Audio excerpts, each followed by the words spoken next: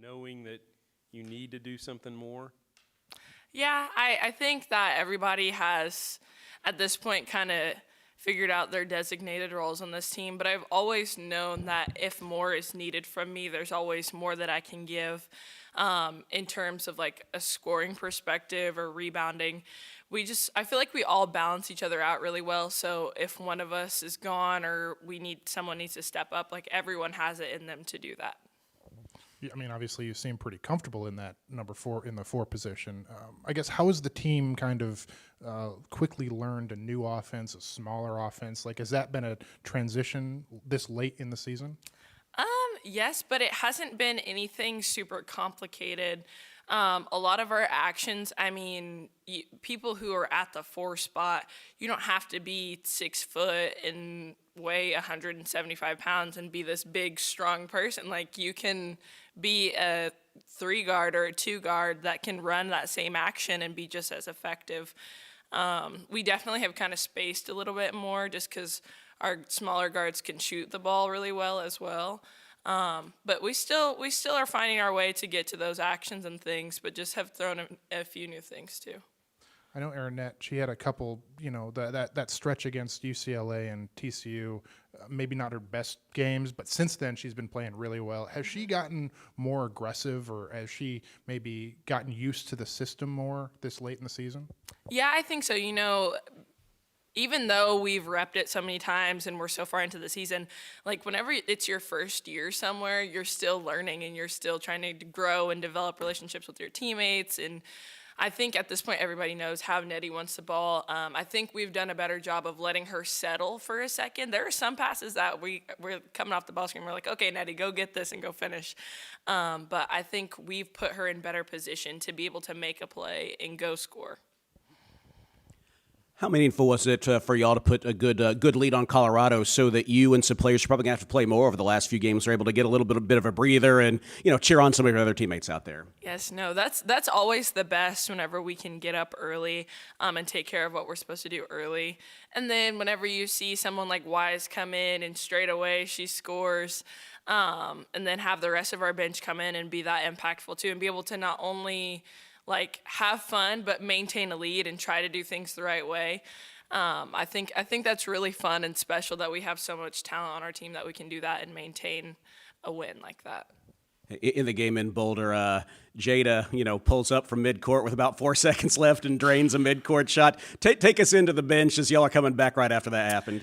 Jada freaking Walker, that girl, Jada is she's really quiet if you don't know her, but that is so something that Jada would do. Like, obviously, when we were at Virginia Tech last year, she had a half-court shot, or right beyond half-court shot, similar to that, but it was just like a fun moment. It was like, okay, there's 5. I don't think she knew that there was 5 seconds left, and I'm trailing behind the play. I said, does she know that we have 5 seconds left? But sometimes stuff like that just happens, and it's like a little morale boost. Everyone's like, okay, haha, good job, but let's keep going. Let's take that energy and carry it over. But that was definitely one of the most Jada Walker plays I've seen in a while. Obviously, they have the inside threat with Audie, but typical Iowa State team, they shoot a lot of threes. I think of them shooting a lot of threes. Y'all have actually shot almost as many as them, but obviously that's got to be a key to the defense is defending the three-point line. Absolutely. Coach Finley does a really good job of positioning his guards to where you can't go help. His schemes work pretty well, but we're preparing for it adequately. Just how we're going to defend, how we're going to be able to play in between and make catches difficult for crooks. But they're a good team. They do shoot the ball really well, but I think with our pressure defense, we'll be able to make some of those catches uncomfortable for them, and not give them as many clean looks at the 3. I think you said maybe a couple weeks ago that you're playing for each other and these seniors, and that's kind of why the importance of this stretch. But how much are you relishing? Like, you're in the fight for a Big 12 title. You've got a tough schedule ahead of you. Are you relishing? Like, are you having fun? I guess is my question. It's absolutely so fun. This is what we all have wanted. A lot of people talk about they want to be in a position like this. Like, there are some teams that will say, oh, we want to win a Big 12 championship, and then see that you have Iowa State at home, you go to K-State, who's also up there, and then we play TCU as our last conference game. There are teams that would like be, oh my gosh, we're dreading this. We're excited. We're preparing. We're taking every practice, every time we walk into the locker room together, every time we're getting ready for a game together, we're cherishing those moments, and it's going to show on the court when we get out there. We're really excited about it. Thanks. It's so weird because I go to Castella and I don't know if I told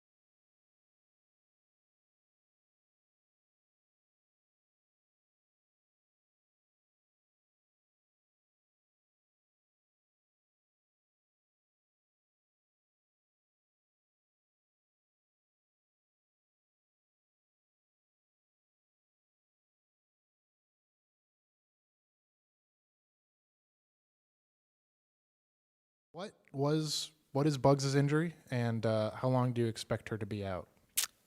She has a knee injury, and we don't know how long she'll be out. So she's day to day right now, and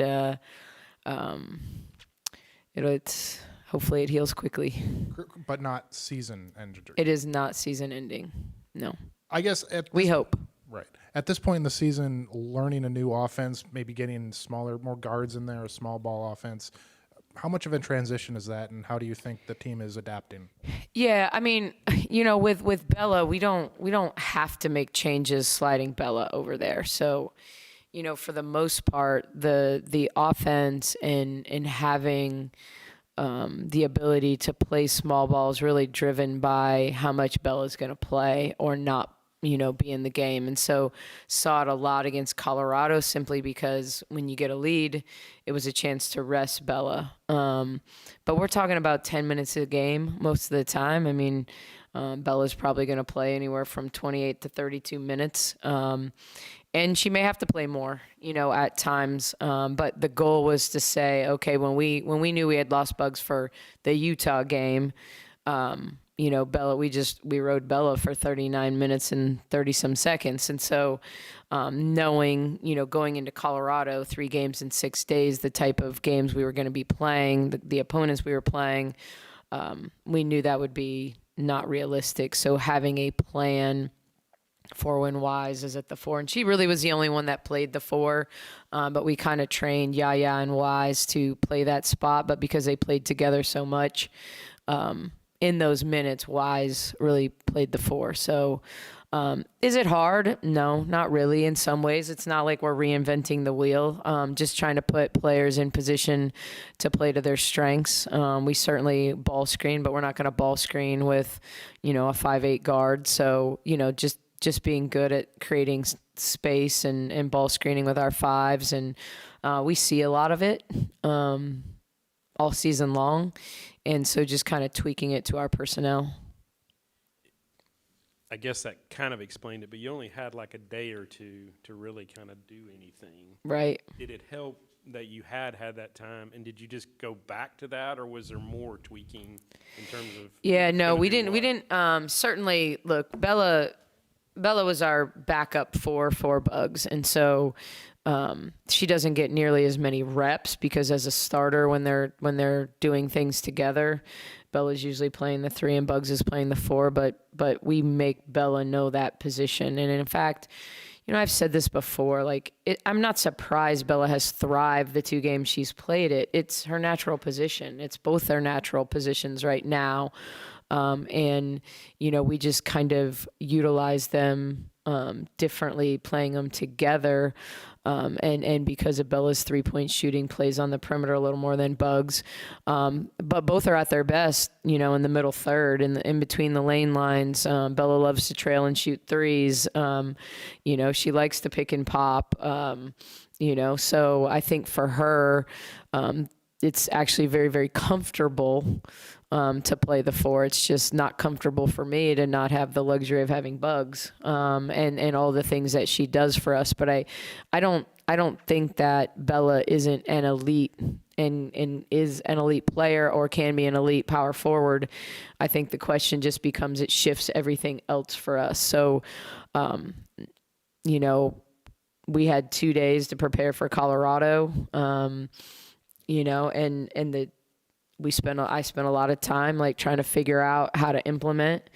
But certainly, we've tried to keep it really simple. And I think in the film session, when I told Wise and Yaya they were going to have to play some 4, their eyes got real big. But I think, Yaya's played a ton of minutes, and it's an opportunity for Wise to get minutes. So I think, at this point, if you're a competitor, I think Wise really did a great job in the game at Colorado, playing to her strengths, not turning it over, making a few shots, just being really safe. I thought she did a really, really good job.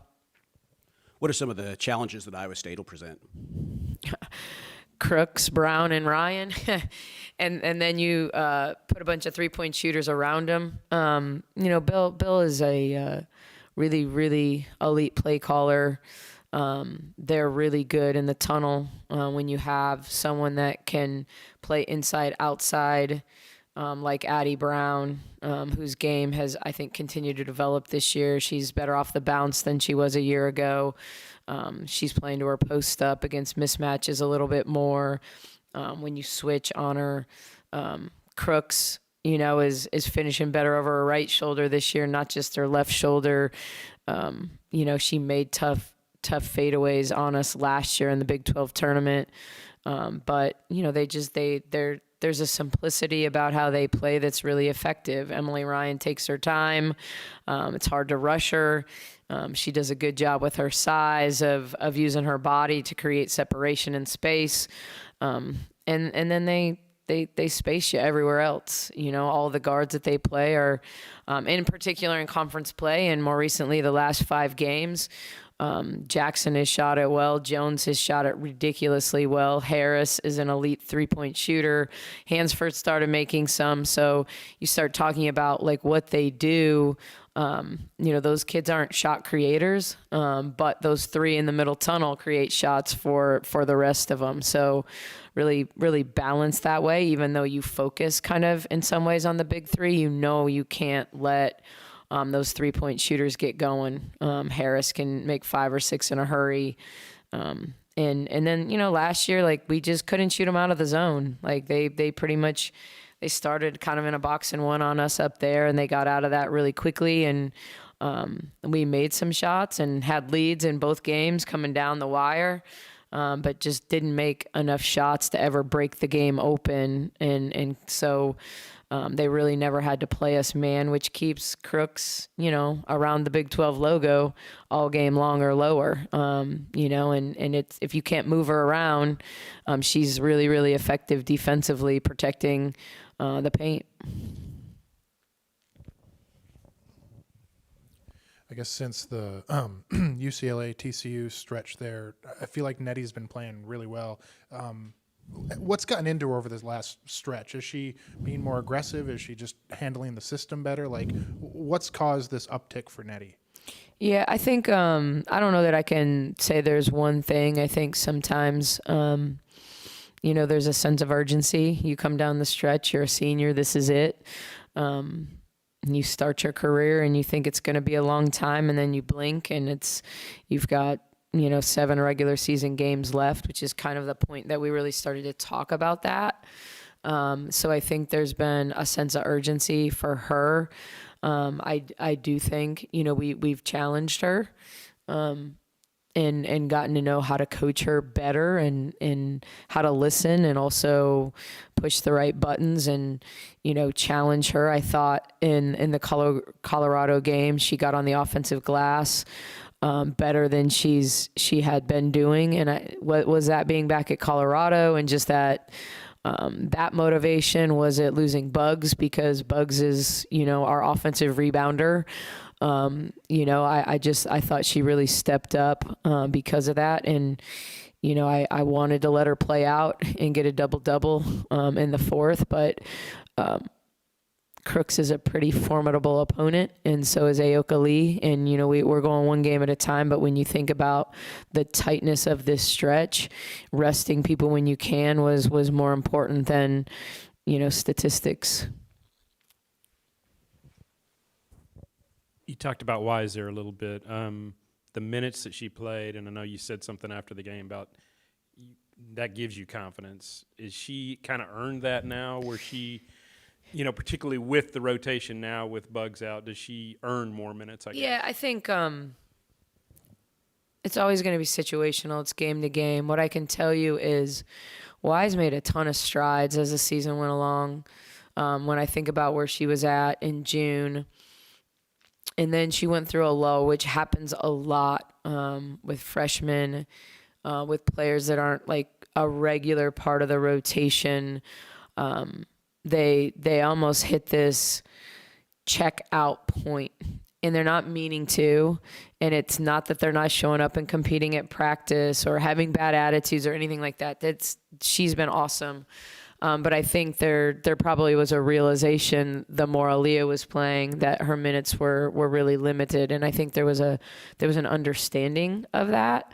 But also I've been that player. Like I understand that feeling, of being 9th, 10th, 11th. And I also know the feeling of being 36, 37 and like the emotional part of that and staying engaged. And, as coaches, we see the value in every player on our roster and what they bring to the table. But when you're 18 to 22 years old, you just want to play, and, even if you understand why you're not playing. And so I think this has been like a really good thing for Wise to kind of like re-energize her. I think she can make plays.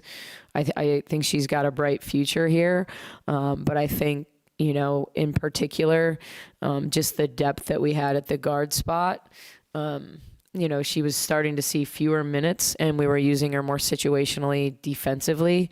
But I think this gives her opportunity. And I was proud at how she like kind of took hold of it and played under control. I mean, made a simple driving left-handed layup. Like the reality of Wise is she needs to be in space, when she doesn't have to make decisions, as we say in the belly of the beast, when it's tight and there's people around her, when she can just play downhill or take an open three.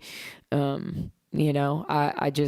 I think defensively, I'm not worried that she's going to fight. If she's got to guard a 4, that she's not going to try to be physical and give everything that she's got. She's going to make some mistakes, but it's never going to be effort driven. So, she did give me confidence. I thought, other than forgetting to take the ball out of bounds, which our 4s do, and she consistently forgot to do that. But also, like, you're so trained to do a certain ball goes through the net. She runs the wing. Then it's like, all right, we have no one to take the ball out of bounds. So that's actually, quite frankly, to be expected.